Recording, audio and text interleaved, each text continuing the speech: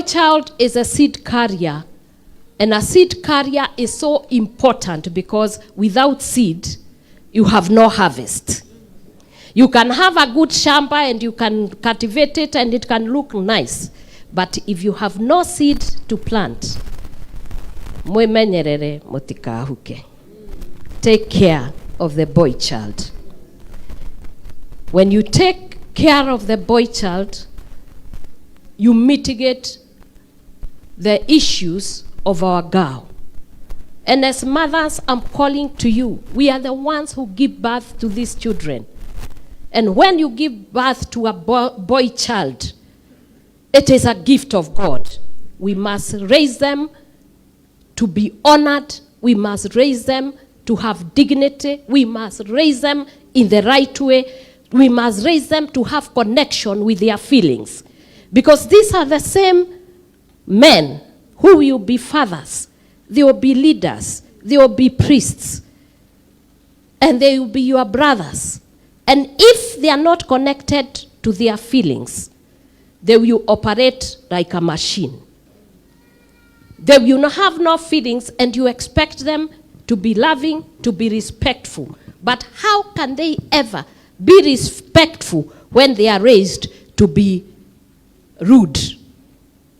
Every time you see a boy, when you are bringing them up, you ask them not to come near a fire because he's not a girl. Every time he wants to do something, you say you are not supposed to cry like a girl. If it is cold, you still send them to go and be herders over there. When the girls are busy cooking and eating and having a good time. If there is somebody who has to leave school to be able to take care of the family, it is the boy that has to leave the school. I think the society, we need to start loving on our boys. We must make sure that they are connected to themselves so that they can have their confidence. When we go out there, some of us, even when we are doing policy, we do not include the affirmative action for our men. You go and deliver the sanitary towels for the girls. You have never taken a dignity kit for the boy child. Then he's just watching and seeing. Then after that, whoever has to drop out is the boy. Frustrations that have gone through our men. Whoever you see out there, they are not in connection with their emotions. We tell them not to cry. We tell them not to talk. So they die silently. And we must make them start to talk. I am tired of going to high school, going to primary school, to universities, and I find our boy children killing themselves because of frustration, and they have no way of letting out. We must now open spaces in the church. We must have call lines, free toll lines, where they can reach us. I can see we have 200 leaders here who can be able to open their lines and let it be given so that our children, when they are in distress, they have somebody they can call so that they don't have to kill themselves for no reason at all. And I think it is our responsibility. And we are accountable, and we must do this. We must do this. Otherwise, we are going to lose a generation. The other things, you must help us to weed out this illicit brews and drugs that our children are taking and becoming zombies. I don't understand how anybody in their right mind, any business that causes you to kill another person, you are a murderer. Why should it be that we can allow outside the primary schools people to raise sweets and biscuits and ice creams with drugs, and we see and allow them to come and sell drugs to our children at the gates, at the kiosks around there, when we have leadership we must now take leadership and be accountable and pass laws that will be able to remove everyone that is selling drugs, cigarettes near the primary school and secondary school, inside or outside, according to the law. And I think once we do that, we will create a great society. We will be serving God, and we will be serving the generations to come as fathers and good mothers. God bless you. Patient ones, ever true, changing me and changing you. Lord, we have come with open arms. Oh, let the ancient ones sing. Oh, ancient ones, ever true, changing me and changing you. Lord, we have come with open hearts. Oh, let the ancient ones impart. Indeed, what an inspired and inspiring message from the servant of the Lord, Her Excellency Dorcas. Pastor, we thank God for you. We thank God for you've allowed yourself to be used of the Almighty to teach us.